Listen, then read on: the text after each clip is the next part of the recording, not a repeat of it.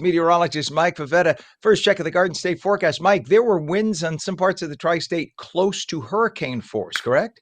Very close to hurricane strength. Yeah, they had some really gusty winds. Even here in New Jersey, gusts approaching 50 miles per hour last night. So if you wake up this morning looking for the garbage can, you might be looking for a while because the gusts still at this hour climbing into the 20, 30 mile per hour range. It's actually promoting some power outages, anywhere from 1 to 5,000 customers without power right now through Sussex, Morris, Warren County, even through Hunterdon County, and sporadic power outages down the shore as a result. So widespread winds last night, not just across New Jersey, but most of the Northeast. And what we're left with this morning is a very dry and cool feel. 46 degrees in Morristown right now, 46 in Toms River. The temperature pretty uniform across the state thanks to those gusty winds. It's running actually a few degrees warmer than this time yesterday because the winds are still out of a westerly and northwesterly direction.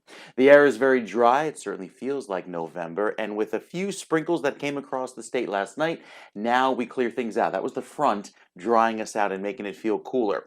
With the wind, there's a touch of a wind chill. Knocks off about 3 or 4 degrees. Not too terrible, but it makes it feel quite cool and breezy this morning. The winds eventually relax by this afternoon. So we'll still be in the 20, 30 mile per hour range into the midday, and then once we get into the late part of the afternoon, you'll see that temperature drop as the winds start to relax as well.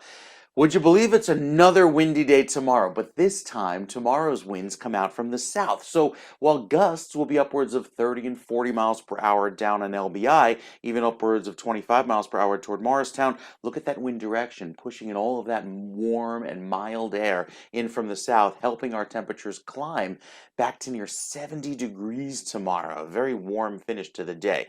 That leads to a pretty warm start to the weekend, and then it cools down just a bit. So here's the futurecast showing temperatures, with the temperatures cooling off tonight back into the 40s. It'll be a cool start tomorrow morning, not terribly chilly, but with the winds blowing in from the south tomorrow, yes, it starts off cool, but we skyrocket into the upper 60s and maybe even low 70s before another round of wet weather gets us later tomorrow night, clearing out for Saturday with that mild wind direction remaining. And yes, it'll be quite mild throughout the first half of the weekend.